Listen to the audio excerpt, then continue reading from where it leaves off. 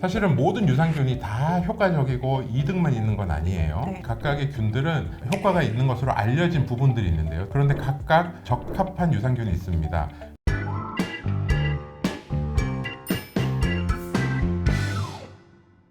안녕하세요. 하이닥 아나운서 김지원입니다. 오늘은 우리 몸에서 또 핵심적인 역할을 하는 장에 대해서 이야기 나눠보도록 하겠습니다. 장은 제2의 뇌라고 불릴 만큼 소화기관을 넘어서 면역력이라든지 아니면 정신 건강에도 영향을 미치는 굉장히 중요한 기관인데요. 그래서 오늘은 구자원 원장님과 함께 다양한 이야기 나눠보도록 하겠습니다. 원장님 안녕하세요. 안녕하세요. 네, 소개 부탁드립니다. 네, 안녕하세요. 내과 전문의 구자원입니다. 네, 오늘의 주제가 장과 관련된 이야기인데요. 일단은 장 건강의 중요성도 궁금하고요. 건강한 장 환경이란 무엇을 의미하는지 알려주세요. 우리가 장이라고 하면 기본적으로 소화기관으로 알고 있는데요. 사실은 계속 연구를 하다 보니까 장은 소화만 하는 것이 아니라 면역과 신경 그 외 여러 가지 일을 하고 있었습니다. 특히 우리 몸의 면역세포의 70% 정도가 장에 분포할 정도로 면역에 있어서 굉장히 중요한 역할을 하고 있고요. 우리가 이제 장뇌축이라고 하는 용어를 쓰고 있는데요. 뇌신경에도 굉장히 중요한 역할을 하고 있습니다. 우리가 흔히 아는 뇌신경 전달 물질인 세로토닌, 도파민과 같은 이런 물질들을 대부분 장에서 많이 생성하고 있습니다. 그래서 장내 환경이 나빠지면 단순히 소화불량을 넘어서 우울감이나 불면, 그 외에 여러 가지 불편한 증상들이 나타나게 되는데요. 건강한 장내 환경이라고 하면 이러한 여러 가지 불편한 증상 없이 조용히 소화가 잘 되는 환경들을 말하고, 특히 유익균과 유해균의 균형이 잘 맞는 상태를 말하게 되겠습니다. 그럼 혹시 장 건강을 해치는 주요 요인들도 있을까요? 네, 장 건강을 해치는 주요 원인 중에 우리가 다 아는 것처럼 네. 식생활이 제일 중요한 것들이 그쵸. 있겠죠. 우리가 가공식품이나 인스턴트, 아니면 또 고당 음식이나 고지방 음식 같은 것들을 많이 섭취하는 상태라든지, 아니면 또 술, 담배를 많이 한다던가, 또 잠을 못 잔다던가, 아니면 심각한 스트레스, 또 운동 부족 같은 상황들이 장내 건강을 안 좋게 만드는 그런 요인이 되겠습니다. 또한 여기서 빼먹지 말아야 될 것이 우리가 항생제를 많이 쓰게 되는데요. 네. 항생제를 많이 쓰게 되면 우리 유해균만 죽이는 것이 아니라 같이 장내에 있는 유익균이 같이 죽기 때문에 우리가 항생제를 많이 쓰게 되면 네. 반드시 유익균을 좀 보충하는 것이 좀 도움이 되겠습니다. 보충할 수 있는 방법은 유산균을 유산균 같은 걸 복용한다던가 아. 유산균이 많이 들어있는 음식을 복용하는 그런 방법들이 있겠죠.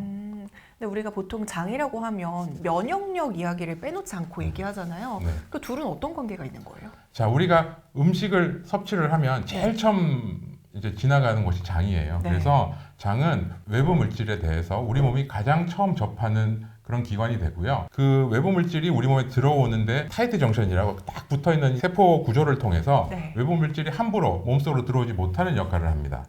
그런데 이 장내 환경이 안 좋아져서 이 타이트 정션이 약해지게 되면 유해한 외부 물질이 몸속으로 급격히 많이 들어오게 되면서 여러 가지 염증 반응이나 네. 또 만성 질환 혹은 심하면 암과 같은 그런 질환들을 유발할 수 있게 되는 환경이 됩니다. 그러니까 뚫렸다고 표현을 맞습니다. 해도 되는 거네요. 네. 그럼 우리가 이제 장 건강을 좋게 하기 위해서 뭐 유산균도 먹고 낙상균 뭐 네. 이런 것들도 먹잖아요. 네. 유산균까지는 아는데 네. 나머지는 사실 잘 모르겠어요. 맞아요. 좀. 네, 이게 헷갈리는데 네. 또 우리 프로바이오틱스라고 얘기를 들어보셨죠. 일반적으로 유익균이라고 전체적으로 구성하는데 그 중에 가장 유명한 게 이 유산균입니다. 네. 대부분의 이제 유산균이라고 하면 젖산을 생성하는 그런 균들을 일종을 여러 가지를 말을 하고요. 뭐 우리 흔히 락토바실러스 뭐 이런 류의 네. 좀 어디서든가 들어본 그런 네. 균들을 말합니다.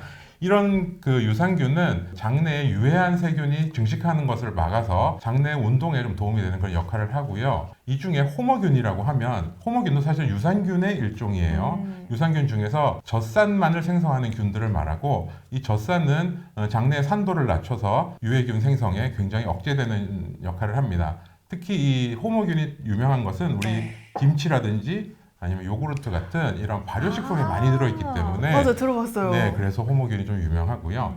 낙산균은 약간 성격은 다른데요. 낙산균은 낙산이라고 하는 그런 물질을 생성하는 균이고, 네. 이 낙산은 전에 말씀드렸던 균들과는 조금 달리 낙산이라는 지방산을 만들어서 장 점막을 재생을 시키고 또 염증을 억제하는 이런 역할을 하게 됩니다. 그래서 이런 낙산이 많을수록 대장 건강에 굉장히 도움이 되고 있습니다. 네, 그럼 방금 말씀해주신 이 세 가지 균들 어떤 상황에서 뭐 어떤 균을 사용하면 훨씬 더 좋을까요? 사실은 모든 유산균이 다 효과적이고 이득만 있는 건 아니에요. 네. 각각의 균들은 효과가 있는 것으로 알려진 부분들이 있는데요. 특히나 이제 항생제 사용 후 혹은 설사, 변비, 또 우리가 많이 아는 과민성 장 증후군 같은 그런데 각각 적합한 유산균이 있습니다. 이 부분들은 잘 공부를 해서 사실은 나한테 맞는 것들을 찾아서 복용하는 것이 중요하겠고 네. 이것이 조금 어렵다면 전문가와 상의하는 것이 좀 도움이 될 겁니다. 그 외에 이 균을 고를 때 이제 몇 가지 대원칙이 있는데요. 내가 필요한 균들이 들어있는지를 확인하기 위해서 균의 이름이 정확하게 적혀 있는 그런 제품을 좀 선택하시는 편이 좀 도움이 되겠고요.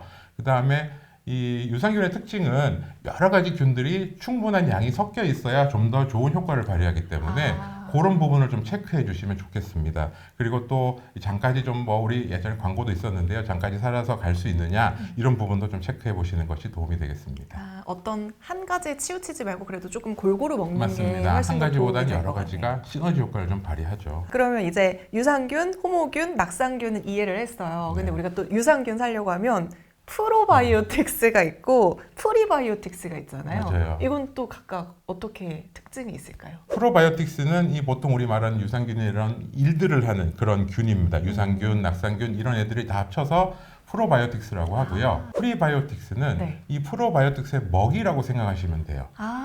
네, 그래서 뭐 젖당, 뭐 여러 가지 당류도 있고 뭐 여러 가지 성분이 있는데요.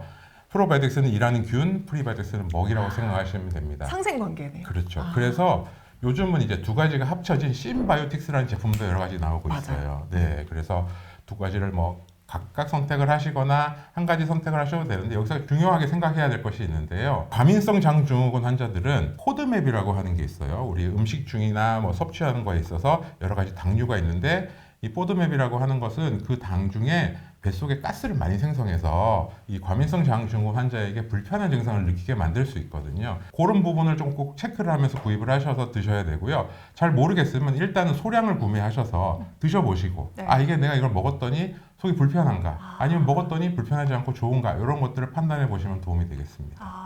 맞아요. 그래서 저도 과민성 대장증후군이었는데 네. 포드맵 식단 이런 것들에 대해서 많이 얘기를 하더라고요. 네, 이런 맞아요. 것도 체크하면 좋을 것 같고요. 네. 그럼 건강한 장 관리를 위한 식단이나 생활 습관이 있다면 어떤 게 있을까요? 기본적으로 식단은 우리가 이제 규칙적으로 먹어야 되겠고 네. 야식이나 과식은 안 하는 게 좋겠죠. 그래서 먹는 거는 그럼 뭘 먹어야 되냐? 식이섬유가 풍부하게 포함된 음식을 먹는 게 좋겠고 네. 또 아까도 말했지만 약간 발효식품이나 이런 것들이 좀 도움이 되고 통곡물 이런 거 이렇게 우리가 좀 흔히 알려진 건강에 좋겠다 하는 식품들을 좀 섭취하는 편이 좋겠습니다. 그 다음에 우리가 먹는 거 외에도 가벼운 유산소 운동이라든지 충분한 수면 그리고 스트레스에 좀 벗어나는 방법이 좋겠고요. 네. 이 스트레스를 벗어나는 것은 사실은 쉽지가 않기 때문에 그래도 우리가 스트레스 받았을 때 나만의 가벼운 운동이라든지 명상이라든지 아니면 충분한 휴식 등을 통해서 여기서 좀 잘 해소하는 편이 도움이 되겠습니다. 여기에 우리가 좀 전에 설명한 것처럼 장 환경에 도움이 되는 장내 유익균들, 프로바이오틱스 등을 좀 충분히 섭취하는 것도 큰 도움이 되겠습니다. 결국에는 좀 야식 줄이고 너무 기름진 음식 안 먹고 정신 건강을 좀 건강하게 네. 여기다 운동도 하면서 제가 이거를 항상 환자분들한테 설명을 하면 네. 너무 다 아는 얘기인데 맞아요. 실천이 잘 지키기가 어려워요. 네, 어려워요. 그런 부분이에요. 다 아는 건데. 네. 네, 여러분 이번 기회에 다시 한번 마음의 끈을 다잡는 계기가 되면 너무나도 좋을 것 같고요. 그러면 오늘 전체적인 이야기들을 좀 한마디로 요약해 본다면 어떻게 해볼 수 있을까요? 장은 네, 이제 소화에만 국한된 기관이 아니고 장의 환경은 우리 몸의 전체적인 신체 밸런스라든지 또 정신 상태, 우울감, 활동 여러 가지 그리고 면역력까지 관여를 하는 부분입니다. 그래서 장 건강을 많이 잘 지키셔야 되고요. 장 건강을 지키는데 가장 큰 원칙은 좀 전에 방금 말한 것처럼 규칙적인 생활이나 네. 좋은 식생활 이런 것들을 관리하는 게 중요하겠고요. 거기에 이제 유산균이라든지 좀 도움이 되는 식품들을 좀 섭취하는 게 좋겠습니다. 그리고 꼭 빼먹지 말아야 할 것은요. 네. 내가 증상이 있다고 해서 여기서 TV에서 아니면 유튜브에서 이거는 이런 증상이라고 했어 하고 그냥 무시하지 마시고 내가 불편한 증상이 있으면 반드시 병원에 가서 검사 등을 통해서 이게 진짜로 과민성 장증후군이나 이런 병인지 아니면 내가 염증성 질환이나 암이나 이런 것들은 없는지 확인하는 것이 반드시 중요하겠습니다. 맞습니다. 오늘 이렇게 구자원 원장님과 함께 장 건강에 대한 모든 것을 알아봤는데요. 방금 마지막에 말씀해 주신 것처럼 너무 어떤 증상이 있다고 해서 대수롭게 넘기지 마시고 약간이라도 이상하다 싶으면 빠르게 병원에 내원해 주시는 게 가장 중요할 것 같습니다. 원장님 오늘 말씀 감사합니다. 네, 감사합니다.